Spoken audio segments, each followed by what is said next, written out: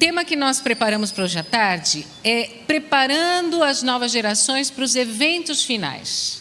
Primeira coisa que eu queria perguntar: quantos acreditam que nós estamos vivendo como a última geração sobre a terra antes da volta de Jesus? Quantos acreditam? Tem certeza, pastor? Tá. Eu também acredito, pastor. Eu acredito.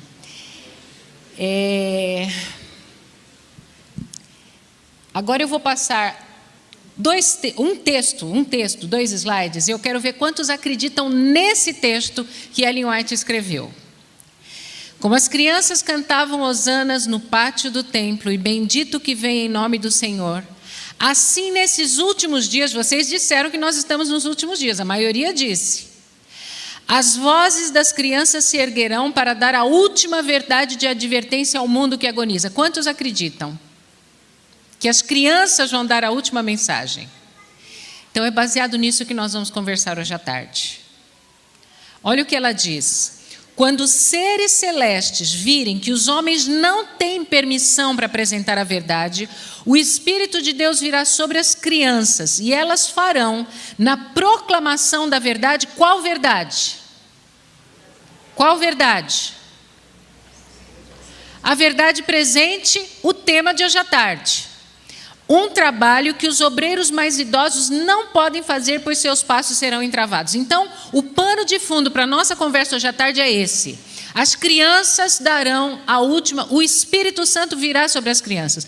Eu pergunto, quais crianças?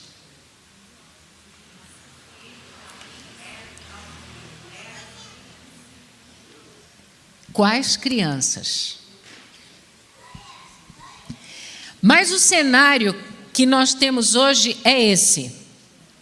Esse texto estava na lição de sexta-feira da semana retrasada, mas é do livro Educação. Diz assim: a formação do caráter é a obra mais importante que já foi confiada aos seres humanos. Nunca, vejam só as palavras que Ellen White usa, nunca seu cuidadoso estudo foi tão importante como hoje. Qual estudo?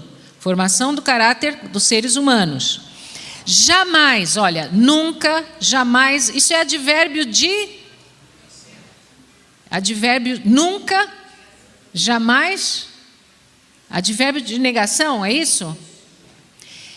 Jamais qualquer geração prévia teve que enfrentar aflições tão intensas.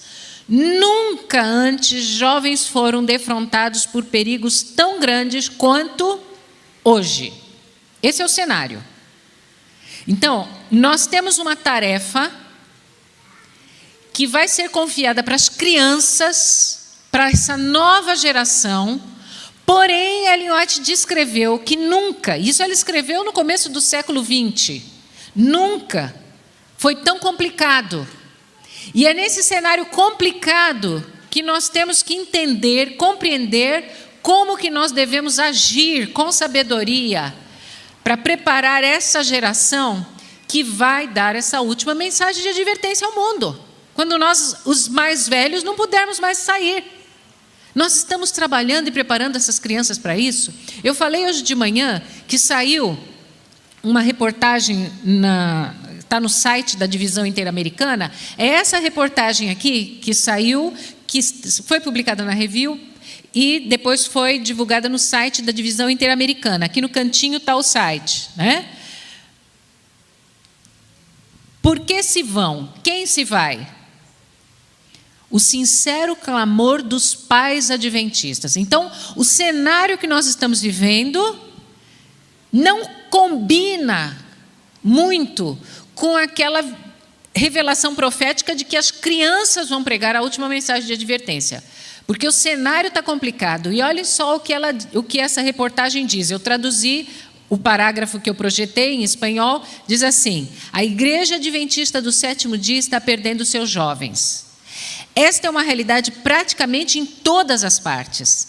Ainda que, por certo, é real em países economicamente avançados e com culturas seculares e pós-modernas ou pós-religiosas. Mas é um fato em todas as partes. Nossos filhos estão abandonando a fé. Então, como é que a gente reverte esse quadro? É sobre isso que a gente vai conversar um pouquinho hoje à tarde, tá bem? Então vamos lá. Essa frase foi publicada no ano 2000. Né? A igreja não pode ter prioridade, por um dos pesquisadores da igreja, a respeito de manutenção de jovens na igreja, como reter os jovens na igreja, ou que estudam a situação, né, da membresia da igreja. A igreja não pode ter prioridade mais alta. Só voltando um pouquinho, quem escreveu esse artigo anterior é o diretor do Centro de Pesquisas da Igreja Adventista na Conferência Geral, David Trim. Tá? Quem escreveu essa frase é um dos estudiosos da igreja em manutenção, nutrição e para preservar jovens e adolescentes na igreja. A igreja não tem prioridade mais alta do que conter a perda de jovens adultos e reconquistar aqueles que deixaram suas fileiras. Então, eu estou mostrando um cenário que diz assim: as crianças vão dar a última mensagem de advertência ao mundo, mas a situação é uma situação complicada. Ellen White diz, olha, nunca foi tão difícil, nunca foi tão complicado. Nós estamos tendo perda de jovens e adolescentes. Então, nós vamos hoje à tarde responder 3 perguntas. De quem é a responsabilidade de preparar as novas gerações para o tempo do fim? Primeira pergunta. Segunda pergunta, quando inicia esse preparo? Terceira pergunta, como prepará-los? Vamos ver se a gente consegue, nos próximos 45 minutos, responder essas 3 perguntas. Primeira pergunta, de quem é a responsabilidade de preparar as novas gerações para o tempo do fim? Essa geração que vai dar a última mensagem de advertência. De quem é a responsabilidade? De quem é? Dos pais?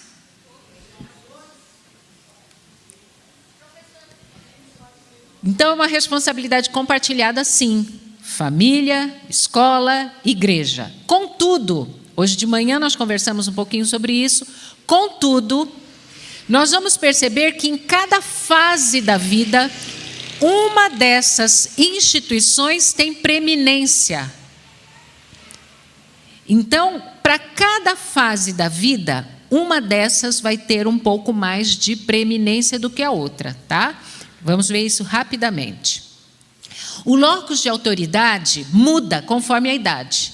Então, de 0 a 3 anos, vocês viram hoje de manhã, quem veio à igreja, que a responsabilidade é toda dos pais. Os pais representam a Deus.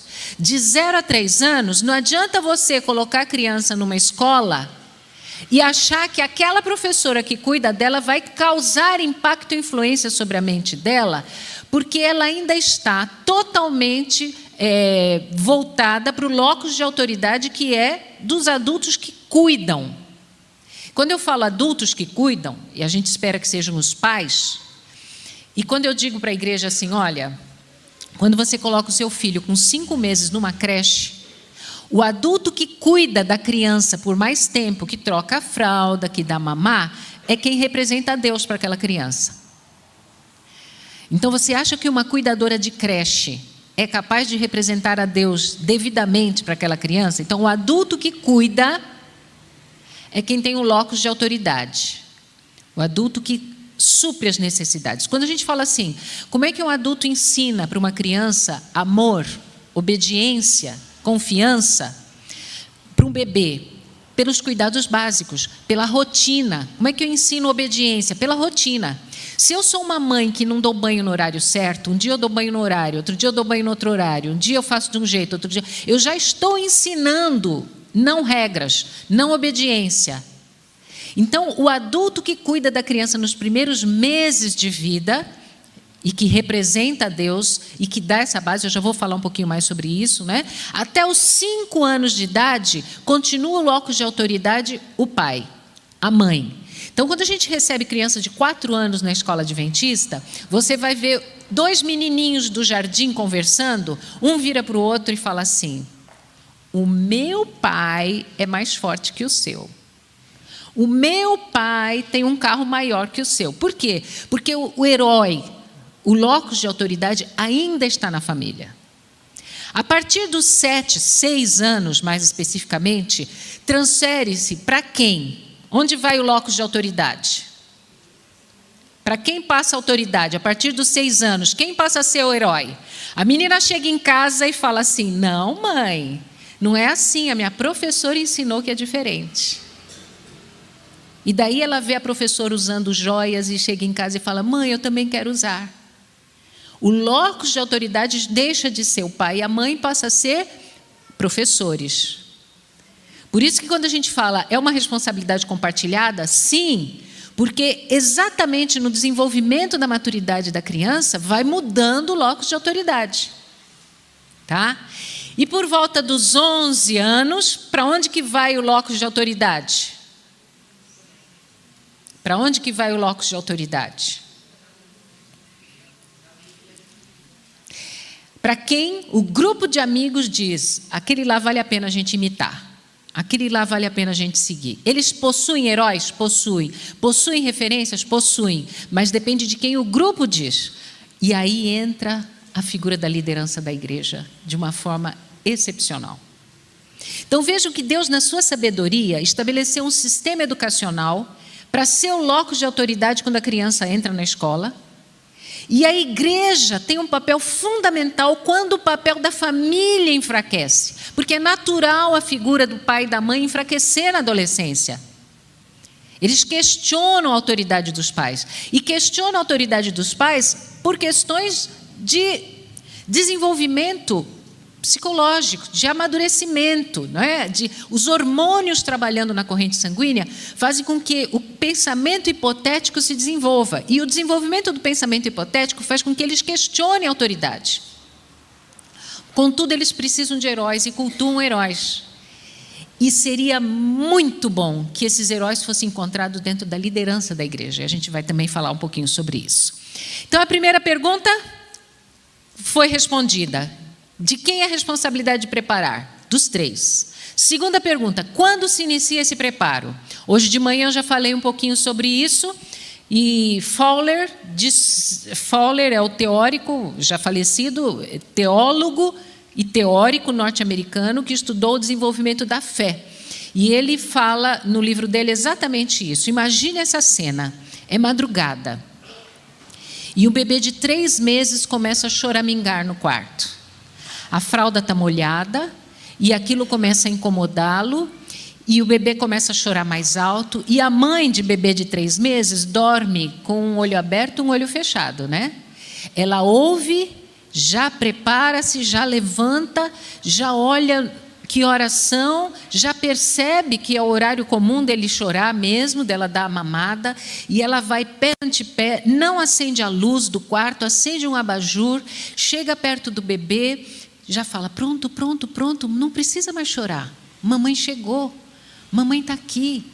Ela já percebe que a fralda está molhada, ela já prepara o local de trocar a fralda, ela já começa ali a higienizar o bebê, passar o lencinho umedecido, sempre falando: calma, mamãe chegou, mamãe está aqui. E o bebê não somente reconhece a voz da mãe, porque desde a 6ª semana de vida ele já reconhece a voz da mãe aqui dentro, na vida intrauterina, ele já reconhece a voz da mãe, mas ele já sente o cheiro do leite e ele já começa a se acalmar. E ela ali troca, higieniza, troca, põe ele no seio, ele começa a sugar o leite morno, se acalma, em seguida ela põe ele em pezinho aqui para arrotar. Fowler diz assim: esta cena é exatamente a base, o alicerce para a criança compreender quem é Deus. Esta cena, onde há cuidado, onde há demonstração de amor, é o alicerce. E olha o que ele diz. No pré-estágio denominado fé indiferenciada, a semente de confiança, coragem, esperança e amor fundem-se de forma indiferenciada, ou seus opostos, abandono, privações. Então, é nessa idade que estas sementes são colocadas neste solo do coração e da mente da criança. Ou o oposto, põe numa creche para outro cuidar, nunca tem tempo. A imagem de Deus origina-se aqui. E a força dessas imagens estão subjacente a tudo que vem depois no desenvolvimento da fé dessa criança. Tudo que vem depois depende disso. Isso é muito sério, irmãos. Isso é muito sério. Então, isso é uma teoria científica. Mas olha o que Ellen White falou. O fundamento é posto quando? O que ela disse?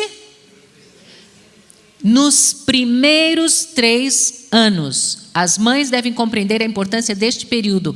E aí que é posto o fundamento. Então, Fowler, que não era adventista, era metodista, escreveu essa teoria dizendo, olha, nos primeiros meses de vida, tudo que vem depois sobre espiritualidade é colocado pelo adulto que cuida da criança. Ellen White já tinha dito isso antes. Mas olha o que a neurociência diz agora. Hoje, há muitos estudos falando da importância dos 1000 primeiros dias da criança. 270 da gestação, 365 do primeiro ano, 365 do segundo ano, 1000 dias. Se vocês puderem, procurem no YouTube palestras do Dr. José Martins Filho. Ele foi reitor da Unicamp durante muitos anos. E ele coloca o seguinte: toda interação entre pais e criança neste período tem repercussão futura. Olha só, isso é a ciência dizendo agora. Ellen White já tinha dito há bastante tempo atrás. E ele diz o seguinte... Não está indo. Para cima. Aperta aí para mim A afetividade e o vínculo com quem ama a criança é determinante. A falta deste vínculo produz o estresse tóxico que causa lesões cerebrais. Olhem como isso é sério, gente. A falta do cuidado do adulto, pai e mãe, nesses primeiros meses de vida, produz um estresse tóxico. Então, você colocar em creche para cuidar, que gera lesões cerebrais, perdas cognitivas. Então, quando que uma criança aprende a amar a Jesus? Nós estamos falando, preparando para os eventos finais. A criança que vai dar a última mensagem de advertência ao mundo. Mas ela vai fazer isso se ela amar a Jesus. Quando que uma criança aprende a amar a Jesus? Ellen White, no livro Orientação da Criança, responde, olha só. A resposta de um teólogo à pergunta sobre a idade para amar a Jesus. Está no livro Orientação da Criança, página 486. O amor a Jesus, a confiança, o descanso, a segurança, são todas qualidades que estão de acordo com a natureza da criança. A criança que é cuidada pelos pais, não é? Logo que uma criança pode amar a mãe e nela confiar, você já viu uma criança que está em pé em cima de uma mesa, o pai ou a mãe estende os braços e ela se joga com confiança? Vocês já viram essa cena? Vocês já viram um pai que coloca filho em pé na palma da mão, que faz estripulia com a criança e a criança confia, a criança se solta? Nessa idade que ela já é capaz de confiar no pai e da mãe, olha o que esse teólogo disse e Ellen White registrou. Logo que uma criança pode amar a mãe e nela confiar, então pode amar a Jesus e nele confiar, como sendo amigo de sua mãe. Jesus será seu amigo, amado e honrado. Quando uma criança consegue amar a Jesus? Quando ela ama a mãe. Se ela vê que a mãe ama Jesus, ela também pode amá-lo como sendo amigo da sua mãe. Então, queridos, para mim, e isso é lógico, eu estudei sobre esse assunto, mas tudo que acontece de 0 a 3 anos vai ser determinante.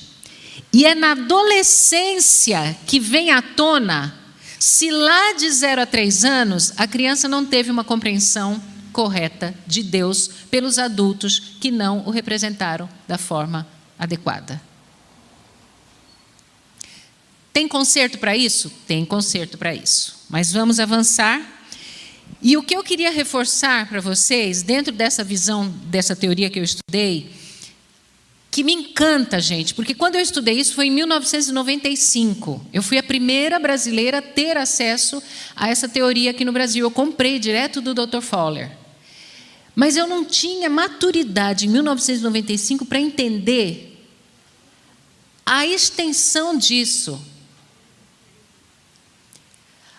Olha o que Fowler diz a respeito do que uma criança de 4 ou 5 anos é capaz de compreender a respeito de Deus, e que muitas vezes a gente minimiza, a gente apequeneia, será que existe essa palavra? A gente diminui a religiosidade, a experiência espiritual que uma criança pode ter. Uma criança de 4 a 5 anos é capaz de compreender: eu pequei. Lembre-se da revista que eu mostrei hoje de manhã? Lembre-se da revista que eu mostrei? O que dizia na revista? Um bebê é capaz de discernir o bem e o mal. E, na verdade, quando a gente lê a experiência, a gente vê como é que eles chegaram a essa conclusão, como é que eles chegam a essa conclusão. É impressionante, é lindo de ver.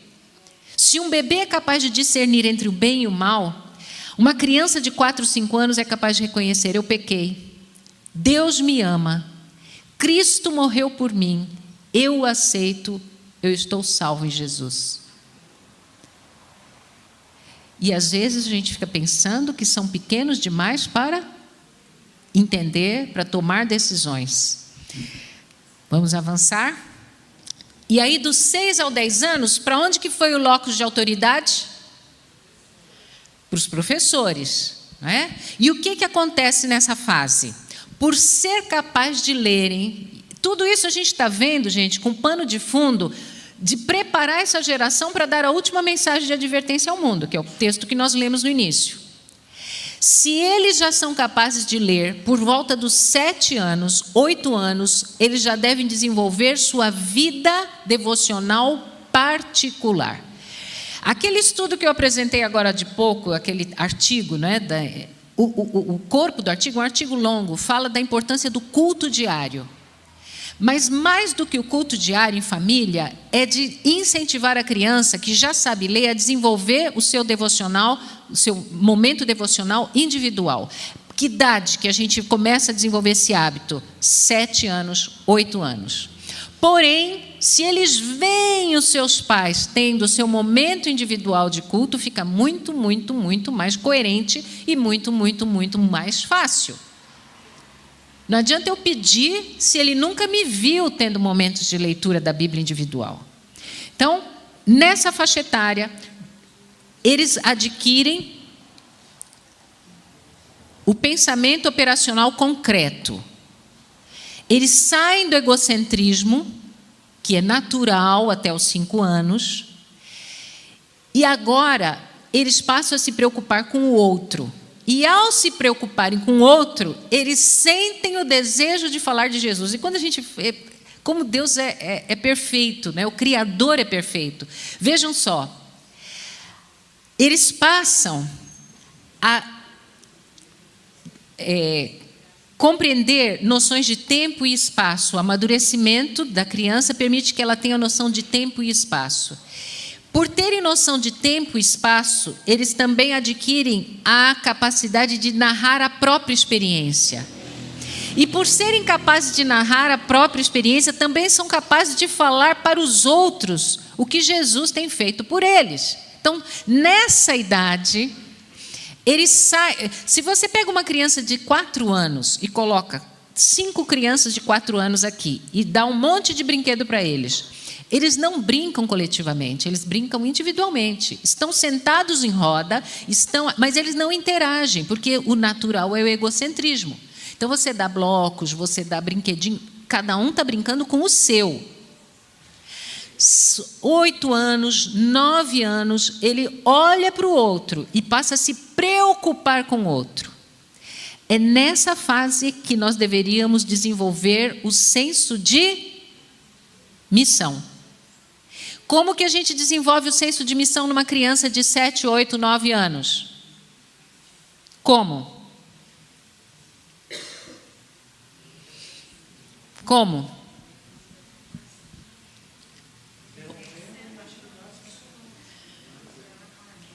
Se o pai e a mãe forem missionários, levando junto nas atividades missionárias.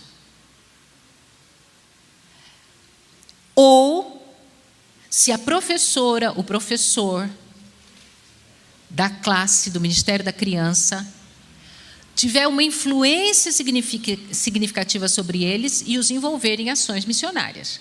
Só que eu digo sempre que hoje em dia o mundo está tão cruel que não dá mais para fazer como fazia no meu tempo, que eu saía sábado à tarde com uma sacola para fazer escola sabatina filial no Manguezal, lá em Cubatão. Não dá mais para fazer isso, porque o mundo está cruel. Você não deixa uma criança sair sozinha por aí para fazer isso. Mas ela pode ir junto com o pai, ela pode ir junto com a mãe. E vendo o pai, a mãe, a professora, acompanhando junto, ela desenvolve, porque já é natural o interesse pelo outro, pela salvação do outro.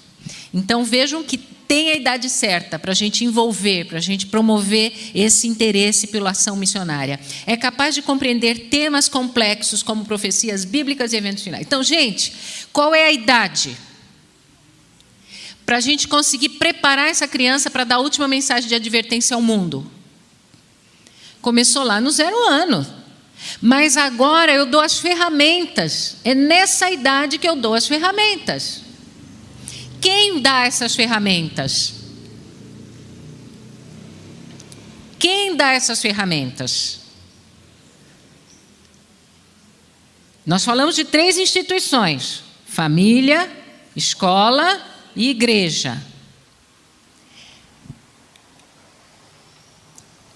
Eu tive contato com esse texto tem 3 anos. Olha que eu já li os livros sobre educação, 44 anos trabalhando para a igreja na área da educação. Eu li muito. Mas eu me deparei com esse texto, que não está num livro específico de educação, na Testemunhos para a Igreja, volume 6, e me surpreendi. E eu falei, por que eu não li isso antes? Mas foi bom não ter lido antes, porque se eu tivesse lido, eu teria sido muito mais enfática, talvez, no meu ambiente de trabalho e causado mais problema ainda para mim. Vamos ler juntos. Sabemos que há muitas escolas que oferecem oportunidades para aquisição de conhecimento em ciências, mas desejamos alguma coisa mais do que isso. A ciência da verdadeira educação é a verdade, que deve ser tão profundamente gravada na alma que não se possa apagar pelo erro tão abundante de toda parte. A mensagem do terceiro anjo é verdade, luz, poder, e apresentá-la de tal maneira que cause a devida impressão no coração, eis o que deve ser a obra de nossas escolas e de nossas igrejas, do professor e do pastor. Os que aceitam a função de educadores devem considerar que cada vez mais a vontade revelada de Deus, de forma clara e precisa, em Daniel e Apocalipse. Ainda bem que eu só li isso há 3 anos atrás.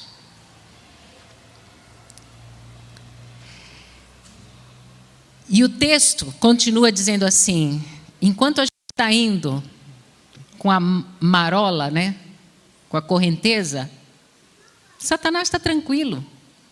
Ele não precisa fazer oposição. No dia que nós, de fato, apresentarmos a mensagem presente para esse tempo como escolas, lembra-se, nessa faixa etária de 7 a 10 anos, o impacto das escolas sobre a criança, o locus de autoridade são as escolas. É nessa idade que a gente dá as ferramentas para eles serem os que vão anunciar a última mensagem de advertência. E aí eu me questiono, tá?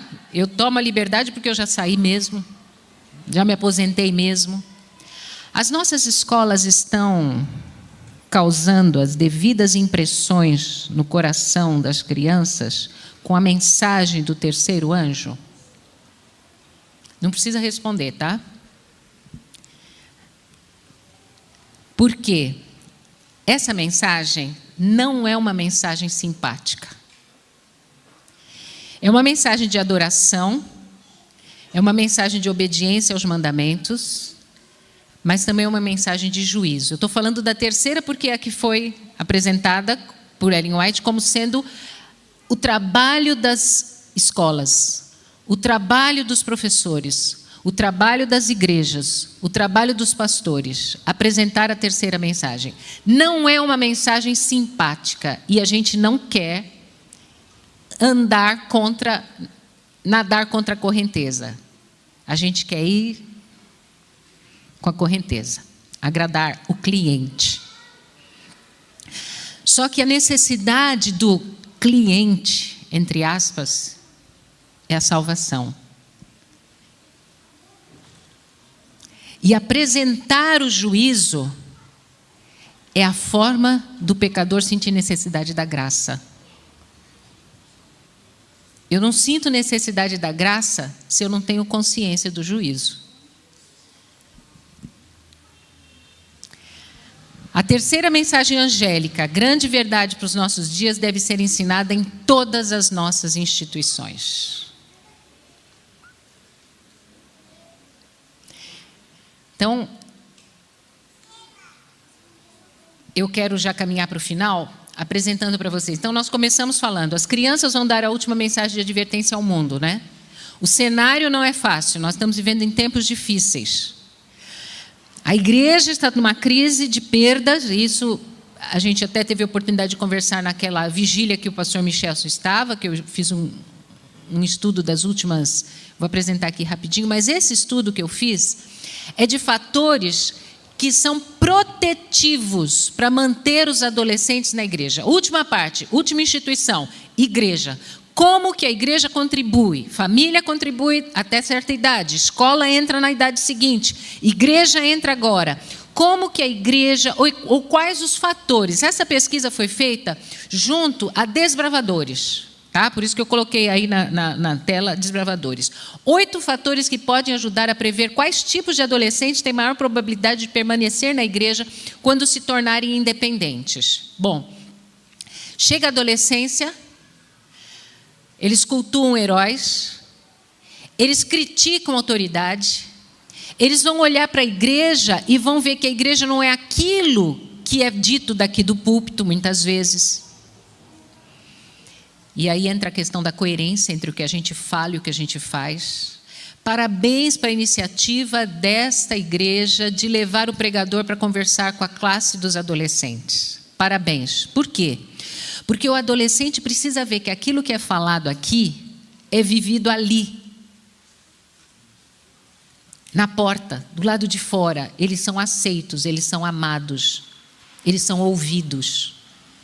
E a relação pastor-adolescente, ancião-adolescente, isso é fundamental nessa idade. Mas vamos lá, eu vou chegar nisso, já estou terminando. Primeiro fator, mãe que frequenta regularmente a igreja. Então, o papel da mãe é fundamental.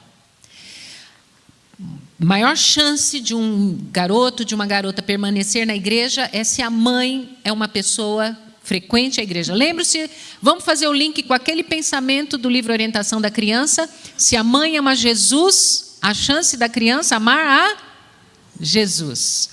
Segundo, estudar numa escola adventista. É um fator protetivo.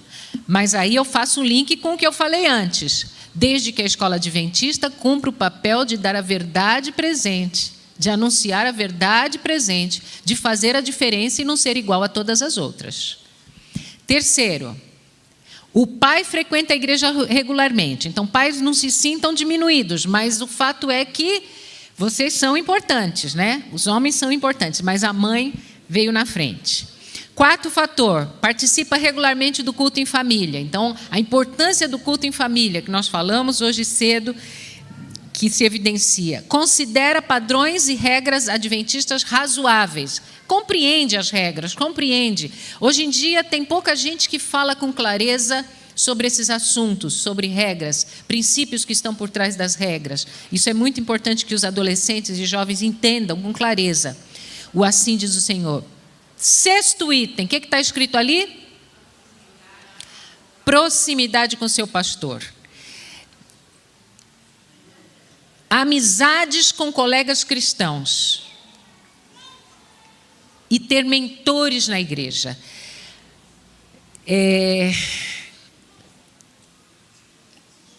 Essa questão de mentores na igreja, de mentoria na igreja, de líderes de referência na igreja, isso é fundamental. Espaços para eles falarem o que pensam, espaço para eles se expressarem, espaço para eles apresentarem as dúvidas, né? Então, essas questões são questões que foram feitas através de pesquisa, de levantamento. Quais são os fatores que fazem esse jovem permanecer na igreja? Porque se ele não permanecer, ele jamais fará parte dessa geração que vai dar a última mensagem de advertência ao mundo. E daí eu vou relembrar aquilo que a gente apresentou Eu estou tentando passar. Você consegue passar o slide aí, por favor? O que atrai mais o jovem na igreja? Esse levantamento eu apresentei naquela vigília lá do NASP. Eu achei muito importante. Em primeiro lugar, com 85% que atrai e faz o jovem ficar na igreja, sermões relevantes. A gente vai falar hoje à tarde das 3 mensagens angélicas. Tem muita gente que está preocupada em oferecer entretenimento para os adolescentes e jovens na igreja, achando que é isso que vai fazer eles ficarem. Mas 85% é atraído por mensagens relevantes. E a gente pensa que tem que pregar água com açúcar para poder segurá-los. Na verdade, eles se interessam, gostam de sermões relevantes. Alimento sólido. Comida sólida. Segundo fator que faz um jovem permanecer na igreja: o clima com pessoas da mesma idade. Pessoas da mesma idade. E o terceiro fator: personalidade do pastor. Viram que o 6º item do quadro anterior? Relacionamento com o pastor, com a liderança da igreja. O adolescente precisa de heróis. E eu louvo a Deus quando eu vejo líderes de igreja que se tornam esses heróis. Eu louvo a Deus porque eu vejo que há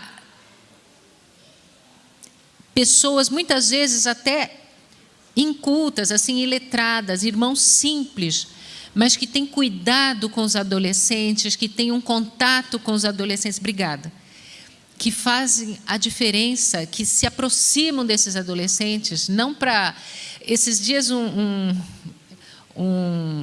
primo meu deu um testemunho falando a respeito da minha mãe, que minha mãe era muito severa, muito rígida, mas que ela nunca permitiu que ninguém o tratasse mal, que ela sempre o defendeu, que ela sempre o protegeu.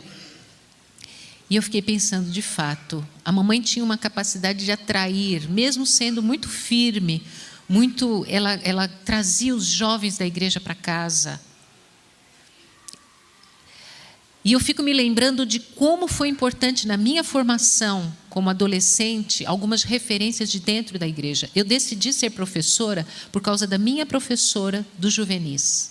Com 11, 12 anos, eu olhei para aquela mulher e falei, eu quero ser igual a ela. Uma mulher especial. Professora, voz mansa.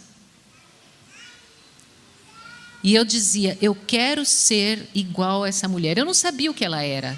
Depois eu fui saber que ela fez magistério, normal. E eu quis fazer normal e magistério. Quis me tornar professora. Aquela mulher olhava para mim na classe dos adolescentes, dos juvenis, não adolescentes, juvenis. Ela olhava para mim e dizia, como você está? Como foi tua semana? Ela se interessava por mim. E os anos se passaram, lá na igreja de Santos, cadê a irmã Lina? Irmã Helena Vergara. E os anos se passaram e cada vez que eu voltava em Santos, depois de mudar para longe, ela chegava pertinho, segurava às vezes na gola do meu vestido e dizia assim, como tu estás? Como está teu casamento? Como está a tua vida? Aquela mulher impactou a minha vida. E eu digo que depois da minha mãe, eu devo tudo que sou a ela. Há 3 anos atrás, eu fiquei muito mal, fui internada com uma crise de bronquite asmática, ninguém sabia direito se era bronquite, se era H1N1, eu fiquei internada vários dias no hospital, fiquei sem poder falar. E quando eu retornei para casa, eu não conseguia nem atender telefone, porque o médico falou, eu vou tirar você do hospital, mas você vai ficar em casa em isolamento. Você não pode falar com ninguém, você não pode atender ninguém. E o telefone tocava, e meu esposo não gosta de atender telefone. E um domingo me incomodou o telefone tocar e eu fui. Estava falando com a voz fraca, e quando eu atendi com a voz fraca, do outro lado do telefone, como tu estás? Soube pelo teu pai que tu estás doente. Estou telefonando a minha professora do juvenis, 50 e tantos anos depois, ligando para saber como eu estava, se interessando por mim. Esses mentores, essas referências, fazem toda a diferença na vida de um adolescente que se sente amado, querido e aceito. A igreja, o corpo de Cristo, passa a ter sentido para eles.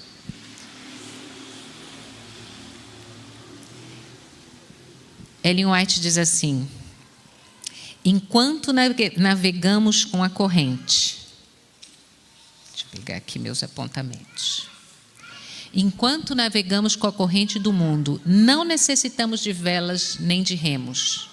É quando voltamos completamente para ir ao encontro da correnteza que começam as nossas lutas. Isso ela está falando depois daquele texto de dizer que todos, escola e igreja, têm que ensinar a terceira mensagem angélica. E ela diz assim: é quando nós nos voltarmos para ir contra a correnteza que as nossas lutas vão começar. Por enquanto a gente está nadando em berço esplêndido. Satanás introduzirá toda espécie de teorias para perverter a verdade. A obra irá com dificuldade, mas Cristo está no campo de ação. O Espírito Santo está em atividade. Instrumentos divinos estão se combinando com os humanos na remodelação do caráter segundo o perfeito modelo. E o homem deve demonstrar no exterior aquilo que Deus opera em seu interior. A pergunta é: realizaremos como um povo esta obra que Deus nos deu? Enquanto a gente está indo com a correnteza, não temos oposição. Mas na hora que nós começarmos a apresentar a verdade presente para esse tempo, que será amplamente falado hoje à tarde, a oposição virá. Mas a promessa é: Cristo está em ação. Todo esse cenário ruim. Hoje eu falava com a Graziele e o esposo de um autor. Ele mora em Sorocaba atualmente, ele era professor da Unicamp, aposentado. Ele escreveu um artigo recentemente caracterizando a situação das crianças e dos adolescentes. Ele fala de barbárie. Ele usa um teórico francês, Théodore Adorno, um filósofo francês, mas ele cita agora, ele dizendo assim: não há urgência maior para a educação hoje, ele não é cristão, do que reverter essa situação de barbárie das nossas crianças. Há um impulso, há uma impulsividade de agressão e violência nas crianças de hoje. E ele vai descrevendo o cenário, né? Não há obra mais importante para a educação do que reverter esse cenário. Mas a promessa é: Cristo está no campo de ação. O Espírito Santo está em atividade. E eu volto para a primeira frase. O Espírito Santo vai descer sobre as crianças e elas darão a última mensagem de advertência ao mundo. Você crê nisso? E a pergunta é: realizaremos como um povo essa obra que Deus nos deu? Que a nossa resposta como igreja seja Isaías 8:18. Eis-nos aqui com os filhos que o Senhor nos deu. Este é o meu desejo para essa igreja. Muito obrigada pelo convite. Deus nos abençoe.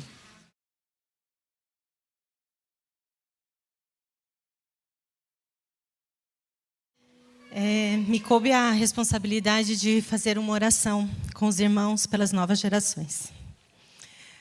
Mas eu não poderia fazer essa oração sem antes mostrar alguma coisa para vocês. Tudo que a professora Thalita falou aqui, a gente tem como comprovar pela prática, pela experiência. E eu quero pedir que o pessoal da produção ali do som coloque um vídeo, é bem rapidinho. Aconteceu numa igreja em Sorocaba, a igreja de Nova Sorocaba. E eu me inquietei muitas vezes com essa pergunta, professora: como que isso vai se cumprir? Mas vocês vão ver, é fácil. Por quê? Porque Deus está do nosso lado. E Satanás é derrotado. Esse videozinho, coloca do início, por favor. Vocês vão ver que eu estou com as crianças, primeiro, contando para elas, falando da profecia do milênio. E depois, durante a semana, uma daquelas crianças, que deve ter essa faixa etária dos 6 aos 10 anos, ela estava contando para os coleguinhas do condomínio. Vejam só.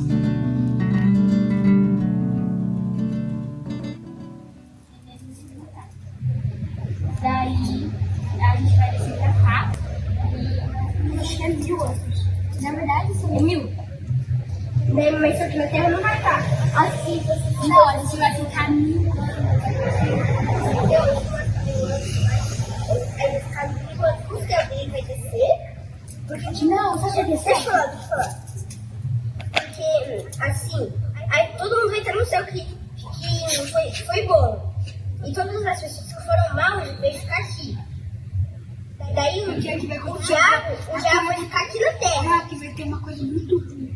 Que vai ser o diabo. Daí é tipo um castigo pra ele. Porque ele não quer fazer as coisas más com as pessoas. E vai ter tipo um apocalipse aqui na Terra. Daí as pessoas más vão ressuscitar. Daí eu só também vou falar. Eu te ressuscitei daquilo que está lá, que é a Terra, escapou das minhas mãos. Escapou. Minha pastora falou lá. Daí eles vão achar que é verdade. Eles vão falar e é verdade. É possível, sim, falar de profecia para as crianças, numa linguagem que elas entendam. Vocês sabem que a gente tem um PG, às sextas-feiras à noite lá em casa. E não tem nada que traga mais alegria para o nosso coração do que ver os adolescentes ali juntos. E teve um texto que me motivou. Na verdade, quando eu estou cansada, eu penso assim, essa semana foi tão puxada. Eu me lembro desse texto, que diz assim: veremos no céu os jovens a quem ajudamos, os que convidamos para o nosso lar, a quem desviamos da tentação.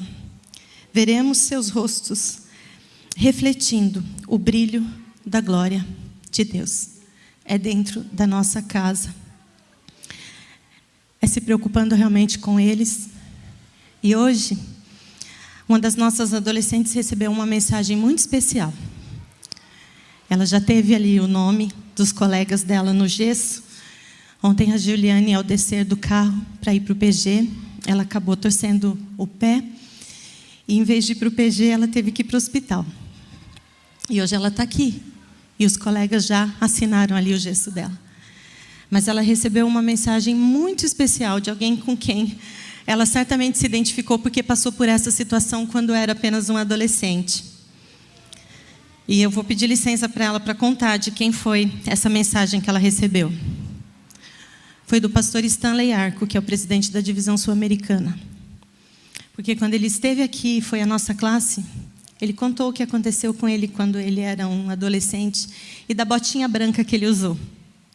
Você entende o significado disso? Você entende o papel que a gente tem para desempenhar aqui? Isso é real. E eu acredito muito que essa profecia vai se cumprir nos nossos dias. Na verdade, a gente deve viver por isso.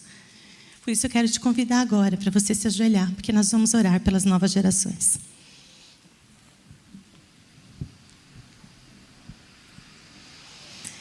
Querido Deus, nós não temos palavras para te agradecer por teu amor, por tua bondade, por tua misericórdia. Nós sabemos, Senhor, que os dias deste mundo já estão contados. Mas em tua graça, o Senhor está nos dando oportunidade e o Senhor está dizendo, é agora e é com esta geração. Por favor, Senhor, que nós não percamos nenhuma oportunidade.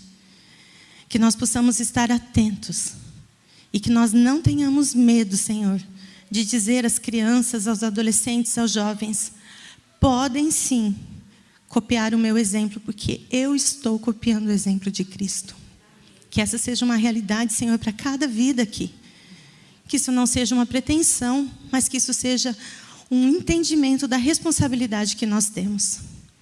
E obrigada, Senhor, porque o Senhor está nos dando esse privilégio. Hoje nós olhamos para essas crianças, nós olhamos para esses adolescentes, nós olhamos para esses jovens, e a gente consegue ver neles, sim, o exército que estará pronto para receber Jesus, para defender a verdade a qualquer preço. Mas para isso, Senhor, nos dá esse senso de urgência, como pais, como professores, como líderes, Senhor, para que esse sonho, ele aconteça de fato nesta geração. Abençoa, Senhor, cada criança aqui. Abençoa cada adolescente, abençoa cada jovem. E abençoa cada um de nós, Senhor, que tem essa responsabilidade. Que como igreja, Senhor, nós não deixemos ninguém para trás. Que como igreja a gente não seja indiferente às necessidades de qualquer pessoa.